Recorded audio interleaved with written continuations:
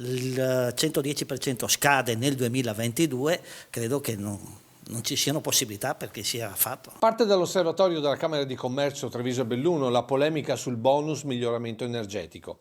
Chiara la situazione per il presidente Pozza. Perché si sta inchiodando, perché le amministrazioni pubbliche purtroppo con il Covid lavorano in smart working e nella maggioranza reperire i fascicoli è difficile e quindi abbiamo appuntamenti anche a 6 mesi in certi comuni. Un provvedimento che invece potrebbe contribuire al rilancio economico del territorio che al momento vede tante luci ma anche diverse ombre. La ripresa c'è nel manifatturiero, c'è nella meccanica, non c'è ovviamente in alcuni settori tipo lo sport system. A soffrire ancora moda e alimentare, quest'ultimo legato alla chiusura di bar e ristoranti, con il presidente dell'ente camerale che non le manda a dire al governo. La ristorazione e gli alberghi purtroppo pagano le conseguenze dello stop. Anche in questi giorni stiamo vedendo, uno non può entrare in un bar, bersi un caffè nonostante abbia fatto il vaccino o sia con il test che è negativo, e questo è assurdo. Luci e ombre per le aziende, di conseguenza per i lavoratori, anche se il dato dei 30.000 licenziamenti denunciato dalla CGIL secondo Pozza non sarebbe reale. Dall'indagine veniamo fuori positivamente, il 93% ritiene di non licenziare, solo un 7%,